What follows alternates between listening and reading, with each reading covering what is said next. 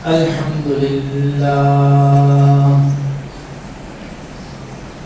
الحمد لله نحمده ونستعينه ونستغفره ونؤمن به ونتوكل عليه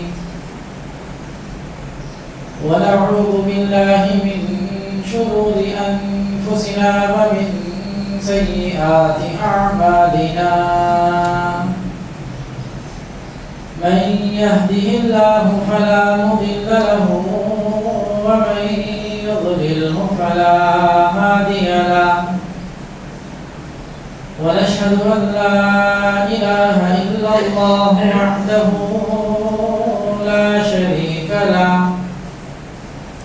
ونشهد أن سيدنا وسندنا ومولانا محمدا عبده ورسوله صلى الله تبارك وتعالى عليه وعلى آله وأصحابه وبارك وسلم تسليما كثيرا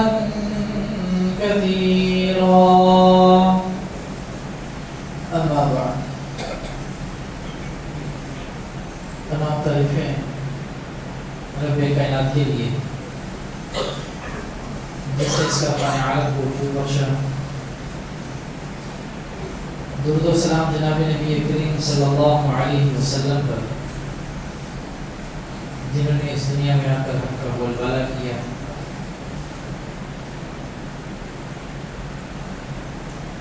سامعین محترم، گفتگو یہ چل رہی تھی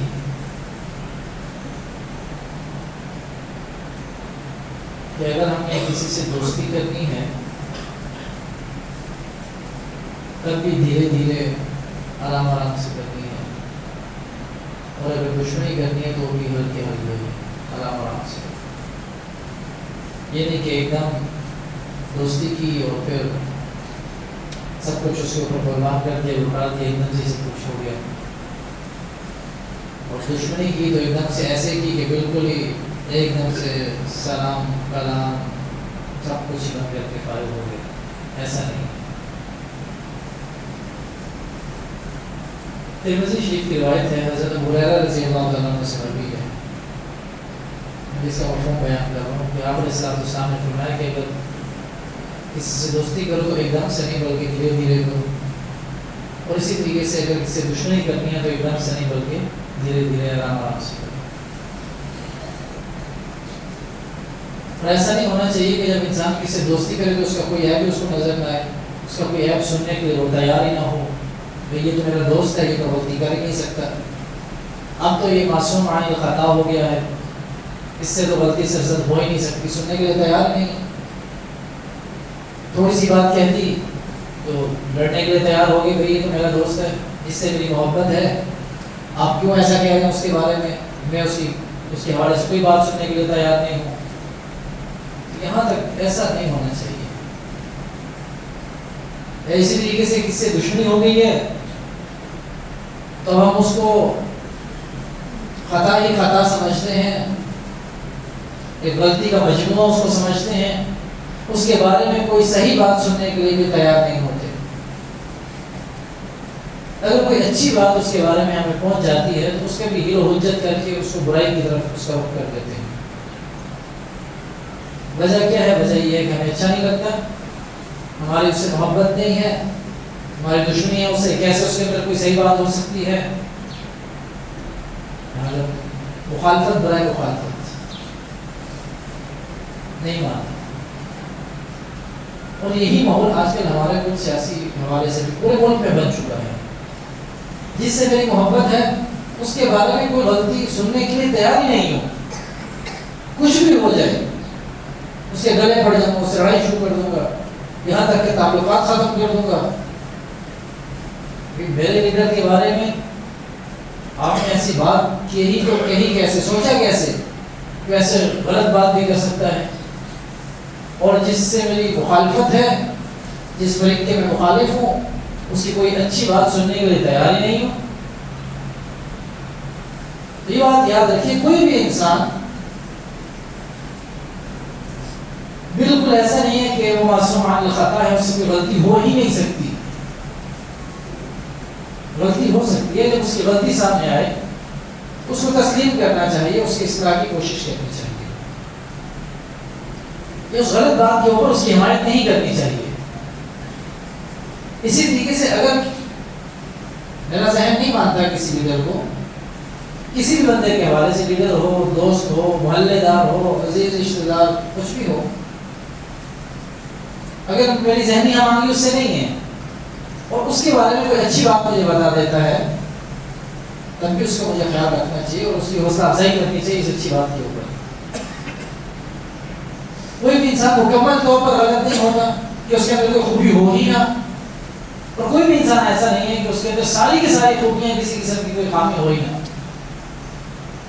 نبی کا ایک وصف ہے، چلتے چلتے ایک عقیدہ کی بات بھی آپ کو سمجھا دوں کہ جو نبی ہوتا ہے، یہ بات یاد رکھیے، اہل سنت والجماعت کو یہ عقیدہ ہے کہ جو نبی ہوتا ہے اللہ رب العزت گناہ کو اس کی طرف نہیں آنے دیتے. نبی کی خاصیت اور وصف یہ ہے کہ گناہ نبی کی طرف نہیں آ سکتا. اور صحابی کا خاصہ کیا ہے؟ صحابی کا خاصہ یہ ہے کہ گناہ اس سے ہو تو سکتا ہے، یہ نہیں کہ نہیں ہو سکتا، گناہ ہو سکتا ہے، لیکن اللہ رب العزت اس کے نامہ اعمال کے اندر گناہ کو رہنے نہیں دیتے. کوئی بھی صحابی ہے تو نبی کی طرف گناہ آ ہی نہیں سکتا، اللہ رب العزت اس کو روک دیتے ہیں. اور صحابی سے گناہ تو ہو سکتا ہے کیونکہ حیثیت انسان گناہ کر سکتا ہے، لیکن اللہ رب العزت اس کے نامہ اعمال کے اندر کسی گناہ کو باقی رہنے نہیں دیتے، اس کا ازالہ ہو جاتا ہے. اور عام انسان یہ ہے کہ اس سے گناہ بھی ہوتا ہے، اس کے نامہ اعمال میں رہتا بھی ہے. ہاں اگر اللہ سے معافی مانگ لے، توبہ کر لے، سچے دل سے استغفار کر لے، ندامت کے 2 آنسو بہا لے، تو اللہ رب العزت اس کو معاف بھی کر دیتے ہیں. دوبارہ کوئی بھی ایسا انسان نہیں ہے جو یہ دعویٰ کرے کہ میرے اندر کسی قسم کی کوئی غلطی ہے ہی نہیں، میں غلطی کر نہیں سکتا. ایسا نہیں ہے. میں سراپا اچھائی ہوں، میں سراپا نیکی ہوں، ایسا نہیں. اس کے اندر کوئی نہ کوئی تو خطا ہوگی، کوئی تو کوئی غلطی ہوگی، اس کے اندر کوئی کمی کوتاہی ہوگی اس کے اندر. اور ہم کسی کے بارے میں یہ دعویٰ نہیں کر سکتے کہ سراپا غلطی ہے، یہ سراپا گناہ ہی گناہ ہے، اس سے تو کوئی اچھی بات سرزد ہو ہی نہیں سکتی. ایسا بھی نہیں ہوتا. کچھ تو اللہ نے اس کے اندر کوئی نہ کوئی خوبی رکھی ہوگی. تو اللہ رب العزت نے جب انسان کو بنایا تو یہ اچھائی اور برائی کا ایک مجموعہ ہے. کسی انسان کی طبیعت کے اوپر اچھائی غالب ہوتی ہے اور کسی انسان کی طبیعت کے اوپر برائی غالب ہوتی ہے، اور یہ اس کی اپنی محنت ہوتی ہے. اِنَّا هَدَيْنَاهُ السَّبِيلَ إِمَّا شَاكِرًا وَإِمَّا كَفُورًا. ہم نے راستہ دکھا دیا، ہم نے راستہ بتا دیا، یہ راستہ ہے، ہدایت کا ہے، اچھا ہے، نیکی کا ہے، اس پہ چلنا چاہو تمہاری مرضی. یہ برائی کا راستہ ہے، گناہ کا ہے، برے انجام کا ہے، اس پہ چلنا چاہو تمہاری مرضی. اِنَّا هَدَيْنَاهُ السَّبِيلَ إِمَّا شَاكِرًا وَإِمَّا كَفُورًا. مرضی تمہاری جس میں مرضی چلے. تو محبت کے اندر آ کر کسی کو خطا سے مبرہ قرار دے دینا یہ بھی غلط ہے، اور دشمنی کے اندر آ کر کسی کے اندر کسی اچھائی کو تسلیم نہ کرنا یہ بھی غلط ہے. لیکن بات یہ ہے کہ دونوں کے اندر غلو نہیں ہونا چاہیے، وہ بڑھ نہیں جانا چاہیے. دونوں کے اندر غلطی ہے تو اس کو تسلیم کریں، اچھائی ہے تو اس کو تسلیم کریں، اس کو صحیح کریں. تو دوستی کے حوالے سے تو بات ہوئی تھی پچھلے جمعے، تھوڑی سی دشمنی کے حوالے سے 2 باتیں عرض کر کے اس موضوع کو ختم کرتے ہیں. حجاج بن یوسف کون ہے جو سے نام سے واقف نہیں ہے، چھوٹا بڑا، اور جیسے ہی حجاج بن یوسف کا نام آتا ہے تو ذہن میں آ جاتا ہے کہ وہ ظالم اور جابر قسم کا آدمی تھا، کئی علماء کا قاتل تھا، کئی حفاظ کا قاتل تھا، بہت لوگ اس نے قتل کروایا، بڑا ظلم کیا. اس سے آڑا ہے ظلم کا. ایک صاحب آئے حضرت عبداللہ بن عمر رضی اللہ تعالیٰ عنہ کے پاس. آ کر حجاج بن یوسف کی برائیاں کرنے لگے. برائی کرتے کرتے وہ، کیونکہ جب ہم برائی کرتے ہیں تو پھر ہم کو نہیں دیکھتے نا کہ کیا ہے، پھر غیبت ہو رہی ہے، بہتان لگ رہا ہے، کچھ بھی ہو رہا ہے، بس تو چڑھ جاتے ہیں اس کے اوپر، وہ ایسا وہ ایسا وہ ایسا، اس نے یہ بھی کیا، اس نے یہ بھی، اس کے کھاتے میں وہ چیزیں ڈالتے ہیں شاید اس کو خود بھی پتہ نہ ہو. اب وہ صاحب جب حضرت عبداللہ بن عمر رضی اللہ عنہ سے بات کرنے لگے، حجاج بن یوسف کے حوالے سے بات ہوئی اور وہ حدود کراس کر گیا، وہ غیبت کے اندر، حدود کے اندر داخل ہو گئی، غیبت کی. فوراً حضرت عبداللہ بن عمر رضی اللہ عنہ سے خاموش ہو گیا، چپ کر جاؤ. ٹھیک ہے حجاج بن یوسف ظالم تھا، وہ جیسا بھی تھا، لیکن بات یہ ہے کہ آپ اس کے ظلم کی بات تو کر سکتے ہیں لیکن اس کی غیبت نہیں کر سکتے، اس کے اوپر بہتان نہیں لگا سکتے. اللہ نے حدود مقرر رکھی ہے نا، آپ مخالفت کریں، آپ کو کوئی نہیں روکتا، لیکن اس کی حدود متعین ہے. فوراً روکا اسے، بھائی رک جاؤ، یہ کیا کر رہے ہو، غیبت کر رہے ہو، بہتان باندھ رہے ہو اس کے اوپر. اور اگر قیامت کے دن جب اللہ اس سے اس کے ظلم کے حوالے سے بات کرے گا، اس سے پوچھے گا کہ تم ظالم تھے، تم جابر تھے، تم علماء اور حفاظ کے قاتل تھے، پوچھے گا اللہ اس سے. تو اسی دوران اللہ تم سے بھی یہ پوچھے گا کہ بتاؤ تم نے حجاج بن یوسف کی غیبت کیوں کی تھی، اس کے اوپر بہتان کیوں باندھا تھا، بتاؤ کیا جواب. یہ تو جواب ہمارے سے ہو، اللہ نے کہا بتاؤ یہ سوال تمہارے سے ہوگا، اس سے تو اس کے ظلم کے بارے میں ہوگا، لیکن جب تم اس کی مخالفت کے اندر اتنا آگے نکل گئے ہو، اتنا آگے چلے گئے ہو، تمہیں پرواہ نہیں ہے کہ تم اس کی غیبت کر رہے ہو، اس کے اوپر بہتان باندھ رہے ہو، تمہیں پتہ ہی کوئی نہیں ہے، تو یہ تمہارے سے بھی تو سوال ہوگا نا بھائی. تو مخالفت میں اتنا آگے نہیں بڑھ جانا چاہیے. آپ کی کسی کے ساتھ مخالفت ہے تو اس حدود متعین ہے، ایسا نہیں کہ جو آپ کے دل میں آ رہا ہے آپ کہے جا رہے ہیں. آپ سے اللہ آپ سے بھی پوچھے گا. میری کسی کے ساتھ تو میں ہو گئی، کل میں ایک بندے کے پاس کھڑا ہوتا ہوں، اس کے بارے میں مجھے کہتا ہے فلاں بندے سے میری یہ بات ہوئی تھی، میں 2-4 مسالے اور لگا کے مزید بات کو بڑھا کے اس کو کہتا ہوں یوں بھی ہوا تھا یوں بھی ہوا تھا. تو کل تمہیں جواب دے اس بات کو، کس بنیاد کے اوپر میں بات کر رہا ہوں، کیا دلیل ہے اس بات کی. کل اللہ کے ہم یہ ثابت کرنا پڑے گا. مخالفت کے اندر آ کر یوں نہیں کرنا چاہیے. اور یہ مخالفت ہو یا محبت ہو، یہ دونوں اللہ کے لیے ہونی چاہیے. جیسے محبت میں حقیقی معنوں کے اندر دوستی کے لائق اور محبت کرنے کے لائق اللہ ہے، اسی طریقے سے اگر ہمیں کسی سے مخالفت ہے ہماری، تو مخالفت بھی اس کا معاون، اس کا منبع اور اس کو بنیاد اللہ کی رضا ہی ہونی چاہیے. یہ بات ایک اور یاد رکھیے، بعض اوقات مخالفت کے اندر ہم ہمارے ذہن میں جو بات ہوتی ہے نا کہ 3 دن سے زیادہ کسی سے ناراض رہے تو اعمال قبول نہیں ہوتے. تو یہ جو اعمال قبول نہیں ہوتے ناراضگی کے حوالے سے، یہ بات یاد رکھیے دنیاوی ناراضگی، کسی دنیاوی غرض سے ہم ناراض ہوتے ہیں. کسی نے مجھے کچھ کہہ دیا، 10 بندوں کے سامنے میں ناراض ہو گیا اسے، بھائی اس نے میرا عزت نفس مجروح کر دیا، اس نے 10 بندوں کے سامنے مجھے یہ کہہ دیا، اس نے میری اس بات کا خیال نہیں رکھا، اس نے میری اس بات کا پاس نہیں رکھا. میں تو اس کے ساتھ بڑی محبت کرتا تھا، میں اس کے ساتھ بڑی شفقت کرتا تھا، بڑے تحائف دیے، بڑے تحفے دیے، بڑے دلی لگاؤ تھا، ہر مشکل معاملے میں اس کے ساتھ کھڑا ہوا. آج جب میری باری آئی تو اس کو دیکھو منہ پھیر کے چلا گیا. تو دنیاوی معاملے کے اندر اگر آپ کسی سے ناراض ہو رہے ہیں تو یہ شرعی مسئلہ یاد رکھیے کہ 3 دن سے زیادہ کی ناراضگی یہ وبال ہوگا. اعمال قبول نہیں ہوتے، اوپر نہیں جاتے جب تک کہ راضی نہ ہو جائے. ایک ناراضگی دین کی بنیاد کے اوپر ہوتی ہے، اور یہ جو دین کی بنیاد کے اوپر ناراضگی ہے، ایک آدمی سے آپ بات کرتے ہیں، جب بھی آپ اس سے بات کرتے ہیں وہ دینی احکامات کا مذاق اڑاتے ہیں. وہ جو شاعر اسلام ہیں ان کے بارے میں جملے کستا ہے. ظاہری بات ہے قابل برداشت بات ہے. اب ایک تو یہ ہے کہ میں گتھا گتھا ہو جاؤں، اس سے لڑائی کرنا شروع کر دوں، یہ تو نہیں ہو سکتا. لہٰذا میں یہ کہتا ہوں کہ ٹھیک ہے میں اس سے بات نہیں کرتا، میں اپنا کام کروں گا، یہ اپنا کام کرے. کہیں پہ اسلام تو ہوگی تو ٹھیک ہے، باقی میری سے ناراضگی ہے کہ میں ایسے آدمی سے بات نہیں کرنا چاہتا. آپ نے اس کو سمجھا دیا، بتا دیا، سب کچھ ہو گیا، اچھا خاصا عقل مند سمجھدار آدمی ہے، لیکن اس کے مزاج کا حصہ بن گیا، لہٰذا ایسی ناراضگی کے اوپر کسی قسم کی کوئی روک ٹوک نہیں ہے۔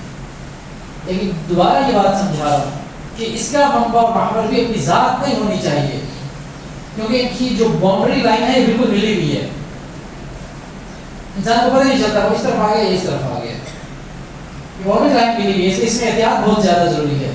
اور اللہ رب العزت نے کامل ایمان کی جو علامات بتائی ہیں، ان کامل ایمان کی علامات کے اندر یہ بھی ہے کہ محبت ہو تو اللہ کے لیے ہو، اور اگر نفرت ہو تو وہ بھی اللہ کے لیے ہو۔ چار علامات بتائیں: من اعطى للہ ومنع للہ واحب للہ وبغض للہ۔ بغض ہو تو اللہ کے لیے، محبت ہو تو اللہ کے لیے، آپ کسی کو دے رہے ہیں تو اللہ کے لیے، اور کسی سے روک رہے ہیں کوئی چیز تو وہ بھی اللہ کے لیے، فقد استکمل ایمانہ، اب آپ کا ایمان کامل ہے۔ یہ کامل ایمان کی چار علامات حدیث مبارکہ کے اندر بیان۔ تو اب بات یہ کہ مجھے باؤنڈری ایسی بالکل جڑی ہوئی ہے کہ مجھے نہیں پتہ چل رہا کہ میں اپنی ذات کے لیے ناراض ہو رہا ہوں یا میں شرعی احکامات کے لیے ہو رہا ہوں، تو پھر لازم بات یہ ہے کہ مجھے اس سے راضی رہنا چاہیے، کمپرومائز کر لینا چاہیے، لچک ہونی چاہیے، فلیکسیبلٹی اتنی طبیعت کے اندر، مزاج کے اندر ہونی چاہیے۔ تو پھر صرف سلام دعا کی حد تک تو اس سے لازمی بات رکھیں، کہیں مل جائے السلام علیکم وعلیکم السلام، کبھی بات نہیں، لازم نہیں ہے کہ ہر وقت اس کے ساتھ بیٹھیں کھانا کھائیں، چائے پینے چلے گئے، کبھی کھانا کھانے چلے گئے، جب آپ دیکھ رہے ہیں اسی کے ساتھ ہیں، لہٰذا یوں نہیں ہونا چاہیے۔ جب آپ کو پتہ چل گیا میرا مزاج اس کا مزاج نہیں ملتا تو ٹھیک ہے، پھر فاصلہ اس کے اندر ہونا چاہیے، دوستی ہو وہ بھی ایک فاصلہ اس کے اندر لازمی طور پہ ہونا چاہیے، اور دشمنی ہو تو اس کے اندر بھی فاصلہ ہونا چاہیے۔ ہمارے عموماً یہ بھی ہوتا ہے کہ ہم بڑے لوگوں کے یہاں بڑا ایک چاپلوسی سسٹم جو ہمارا اس کو بول رہے ہیں وہ بڑا پیک پہ ہے آج کل ہمارے یہاں، کسی کے یہاں نمبر بنانے ہو بس جی جی بالکل ایسے ہی ہے، جو میں فلاں ہے فلاں ہے، بس اس کی ہاں میں ہاں ملائے جاتے ہیں، یہ سسٹم بہت زیادہ ہے، اس میں دنیاوی نفع ہو تب بھی یہی کچھ کر رہے ہوتے ہیں، اور ہمارے دینی حضرات بھی آج کل ان کا بھی یہی مزاج بنا ہوا ہے، یہ مزاج بھی بالکل غلط ہے، یہ آپ صحیح فیصلہ کرنے میں آپ کے لیے بہت نقصان دہ ثابت ہوگا۔ ایک قاضی گزرے بڑے مشہور، حدیث کی کتاب دورہ حدیث میں امام طحاوی پڑھائی جاتی ہے، ان کے ساتھ گزرے ہیں، قاضی تھے اپنے وقت کے، بادشاہ کے ساتھ بڑی دوستی ہوگی، بڑے لوگ ہوتے ہیں ان کا ظرف بڑا کم ہوتا ہے، میں حقیقت بتا رہا ہوں، جو بڑے لوگ ہوتے ہیں جن کو ہم سمجھتے ہیں ان کے پیچھے دھوپ میں بھی جا رہے ہیں، چھاؤں میں بھی جا رہے ہیں، بارش میں بھی جا رہے ہیں، ہر موسم ان کے پیچھے چل رہے ہیں، ان لوگوں کا ظرف بڑا چھوٹا ہوتا ہے، ہم لوگ خواہ بخواہ کے اپنے بھائیوں کے ساتھ، اپنے رشتہ داروں کے ساتھ اونچ نیچ بنا لیتے ہیں لوگوں کے لیے، ان کو بھی خاص ہاتھ میں رکھنا چاہیے۔ اب وہ بادشاہ کے ساتھ دوستی ہو گئی، بادشاہ جہاں جا رہا ہے قاضی صاحب کو ساتھ لے کے جا رہا ہے، دعوت ہو رہی ہے قاضی صاحب کو بلایا جا رہا ہے، کوئی بات ہو رہی ہے مشورہ کرنا ہے قاضی صاحب کو بلایا جا رہا ہے، اور جو فتویٰ لینا ہے قاضی صاحب کو بلایا جا رہا ہے، ہاں جی فتویٰ دیں، قاضی صاحب آج اور کل اور بارے نہیں آ رہے۔ اچھا کرتے کرتے ایک مسئلہ ایسا آیا کہ قاضی صاحب کو بادشاہ کی مخالفت میں فتویٰ دینا پڑ گیا۔ اب بادشاہ کے ذہن میں یہ تھا کہ میں نے تو ان کے اوپر بڑی معاوضات کی ہیں اور بڑا تو میں ان کو پروٹوکول دیا، یہاں تک کہ ان کو چیف جسٹس لگا دیا اور علاقے کا قاضی بنا دیا، اور یہ بڑھاتے بڑھاتے وہاں تک پہنچا دیا۔ اب بادشاہ کے ذہن میں یہ ہے کہ ٹھیک ہے میں پھنسا ہوں تو ایسا ہوگا کہ میری بات مانیں گے، میری سائڈ لیں گے اور فتویٰ میرے ہاتھ میں ہوگا۔ بادشاہ نے بڑی امیدوں کے ساتھ بلا لیا، ہاں جی بتائیں قاضی صاحب نے ذریعہ بات انصاف کی بنیاد کے اوپر فتویٰ دینا تھا، کیونکہ بڑے لوگ تھے ان کے اوپر تو یہ چیزیں اثر انداز نہیں ہوتی تھی۔ انہوں نے کیا کیا کہ قاضی کے خلاف، بادشاہ کے خلاف فتویٰ دے دی۔ بادشاہ نے اس وقت تو تھوڑا سا برداشت کیا، بعد میں اپنے وزیر سے کہا جاؤ بچے، اور قاضی کو میں نے جتنے تحائف دیے تھے کہ پوری لسٹ لے کے جاؤ کہ اسے سارے واپس لے کر، اسے تحفے واپس کرو، اور یہاں تک کہ جو قاضی بنایا تھا وہ سارے عہدے بھی اس سے چھینو، ختم، سب ختم کرو اس کا، صرف میرے خلاف جا کے فتویٰ دیتی ہے۔ اب یہ تو بڑے لوگ تھے، محبت اللہ کے لیے ہے، نفرت اللہ کے لیے ہے، ایسا کچھ تو اللہ کے لیے پھینک گا۔ اب جب وہ وزیر پہنچے، ہاں جی بھائی صاحب یہ لمبی چوڑی فہرست ہے، تحفے بادشاہ نے آپ کو دیے تھے، بڑی نوازشات تھی بادشاہ کی آپ کے اوپر، اب تو آپ کے تعلقات بگڑ گئے ہیں، واپس دے دیں سارا کچھ۔ میں نے کہا جی آ جاؤ، یہ الماری کا تالا کھولا، الماری کھولی تو کھیل لگا ہوا ہے۔ کہا میرا بھائی یہ جو مہر لگی ہوئی تھی نا، بند کیا تھا بادشاہ نے اس کو، میں نے اس مہر کو بھی نہیں کھولا۔ جب یہ سارے جا کے بادشاہ کو دے دو، 1 روپیہ 1 ذرہ برابر اس سے استعمال نہیں کیا، کیونکہ ہمارے سامنے تو یہ فرمودات ہیں علیہ السلام کے، ارشادات ہیں علیہ السلام کے کہ کس سے دوستی کرنی ہے تو اس کی بھی حدود کا تعین کیا ہے، بتایا گیا ہے کہ دوستی کس حد تک کرنی ہے، دشمنی کرنی ہے تو بھی کس حد تک کرنی ہے، یہ بھی بتایا گیا ہے۔ اور ہمیں یہ بھی پتا ہے کہ بڑے لوگوں کو ضرورت ہوتا ہے وہ بڑا چھوٹا ہوتا ہے، یہ لے جاؤ سارا کچھ دے، اور ہمیں تمہیں کسی عہدے کی ہمیں کوئی ضرورت نہیں ہے، اور یہ بھی سارے تمہیں مبارک ہیں۔ تو عرض کرنے کا مقصد یہ ہے کہ محبت اللہ کے لیے ہونی چاہیے، اور اگر کسی کے ساتھ کھٹ پٹ ہو جائے، کوئی ناراضگی ہو جائے، کوئی چیز ہو جائے تو بھی اللہ کے لیے ہونی چاہیے، دنیاوی غرض اس کے اندر شامل حال نہ ہو، تب تو بات بنے گی۔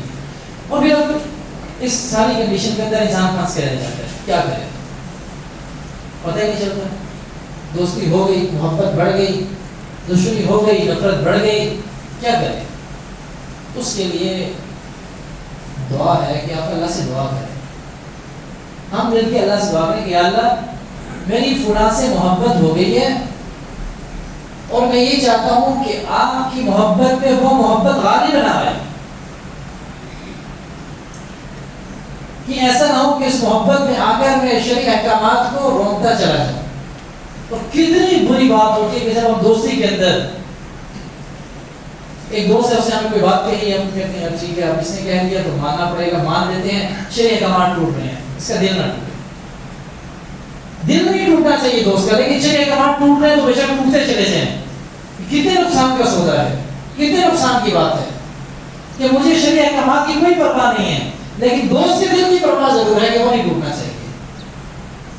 نماز کا ٹائم ہے، جماعت نکلنے لگی ہے، دوست مجھے کہتے ہیں چلو جاتے ہیں بازار میں چکر لگا کے فلاں فلاں چیزیں خریدنے، بس آنا جانا کرنا ہے۔ آپ اس کی دوستی کا تو خیال کر رہے ہیں، کیا آپ کی دوستی کی کوئی حیثیت نہیں ہے؟ بھئی آپ کی دوستی کی بھی تو حیثیت ہے نا، اگر آپ اس کی دوستی کے لیے اس وقت میں بازار جا سکتے ہیں جماعت کے وقت میں، تو کیا وہ آپ کی دوستی کی خاطر بازار کو تھوڑا سا لیٹ کر کے آپ کے ساتھ جماعت کے ساتھ نماز نہیں پڑھ سکتا؟ دوستی تو دو طرفہ ہوتی ہے بھائی، ہم نے تو یہ سیکھے، یہی پتہ ہے ہمیں، ایک طرفہ تو نہیں ہوتی کہ آپ اس کے لیے شرعی احکامات کو توڑ رہے ہیں، شرعی حدود کو کراس کر رہے ہیں، لیکن وہ آپ کے لیے جماعت کے ساتھ نماز پڑھنے کو بھی تیار نہیں ہے، یہ کس بات کی دوستی ہے؟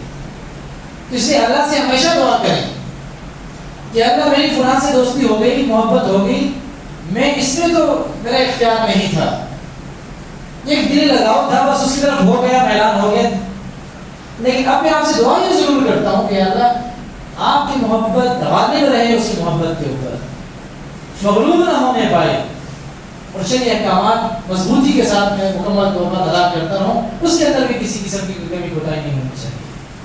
اور اگر کسی کے ساتھ دشمنی ہو جائے تو اس میں بھی اس بات کا خیال ہو کہ اللہ اگر یہ دشمنی میں نے اپنی ذات کے لیے کی ہے تو ایسی راہ بنا دے، ایسے رستے بنا دے، ایسا ماحول بنا دے کہ میری اس کے ساتھ دوستی ہو جائے، میں دوبارہ اس کے ساتھ گفتگو ہو جائے، میں دوبارہ شیر و شکر ہو جاؤں اس کے ساتھ۔ لیکن اگر یہ دشمنی صرف آپ کی رضا کے لیے تھی کہ وہ احکامات کو توڑ کر خوش ہو رہا تھا، وہ شرعی احکامات کا مذاق اڑا کر خوش ہو رہا تھا، وہ علماء کی ناقدری کر کے خوش ہو رہا تھا، وہ حفاظ کے ساتھ دشمنی بنا کر خوش ہو رہا تھا، اگر اسی بنیاد کے اوپر میری اس کے ساتھ کوئی چکر شاہ میں اس کے ساتھ نہیں بول رہا کہ اللہ اس کو ایسا ہی رہنے دو،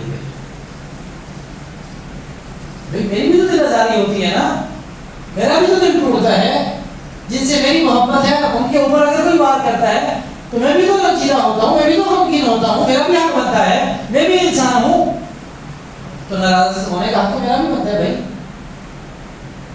کیا آپ پھر تلکش چلاتے رہیں اور ان کو تنقید کا نشانہ بناتے رہیں جن کے ساتھ میری محبت ہے؟ تو صرف مجھے برداشت کا درس تو نہیں دیا گیا، کچھ عملی اقدامات بھی ہیں، جہاد صرف دفاعی تو نہیں ہے، اقدامی بھی تو ہے۔ پر اللہ رب سے دعا ہے کہ اللہ رب العزت دوستی ہو یا دشمنی ہو اعتدال کے ساتھ کرنے کی توفیق نصیب فرمائے، شرعی احکامات کے اوپر مکمل طور پر عمل کرنے کی توفیق نصیب فرمائے۔